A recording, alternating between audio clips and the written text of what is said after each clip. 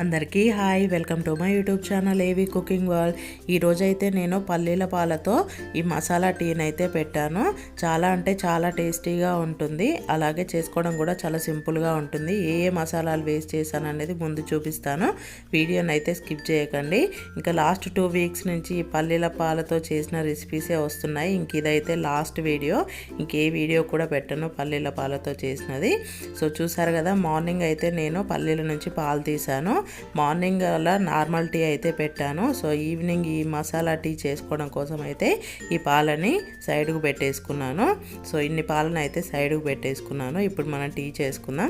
ముందుగా స్టవ్ పై ఒక గిన్నెను పెట్టి నేనైతే ఇలా ఒక హాఫ్ గ్లాస్ అయితే వాటర్ వేసుకుంటున్నాను ఈ గ్లాస్తో. సో దీంట్లోనే కొంచెం చాయ్ పత్తని వేస్తున్నాను. మీరు మీకు నచ్చిన టీ పొడిని వేసేసుకోండి. ఇప్పుడు దీంట్లో కొంచెం అల్లం వేస్తున్నాను నేను. సో ఇలా వేసుకొని కలుపుకుంటున్నాను. సో రెసిపీ అయితే చాలా బాగుంది. ఇప్పుడు నేను 2 మెంబర్స్కే చేస్తున్నాను కాబట్టి ఈ పావు వంతు ఈ బగారా ఆకును అయితే వేసాను. అలాగే ఒక చిన్న దాల్చిన చెక్క వేస్తున్నాను. మీరు నార్మల్ ఉంటే ఈ దాల్చిన చెక్కని స్కిప్ చేయండి. ఈ పల్లీల పాలు కాబట్టి దీంట్లో దాల్చిన చెక్కను వేసాను.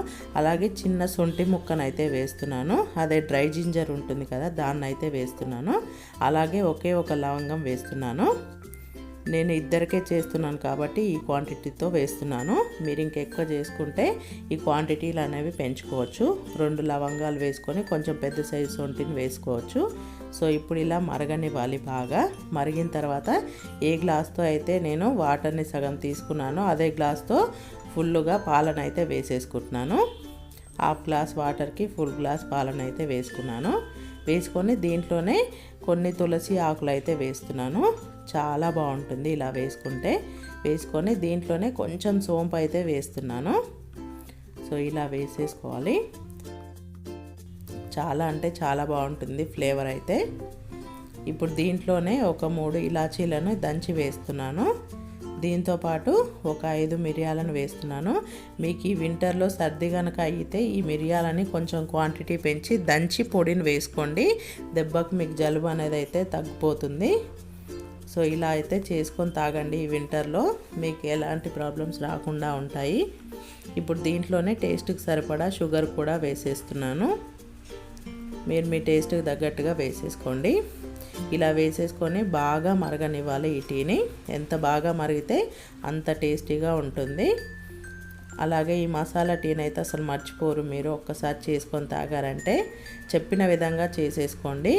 క్వాంటిటీలన్నీ చాలా అంటే చాలా టేస్టీగా వస్తుంది. ఇంక ఈ వింటర్లో అయితే చాలా అవసరం తాగడం అయితే. వీక్లీ 2 అయినా చేసుకొని తాగండి, చాలా బాగుంటుంది.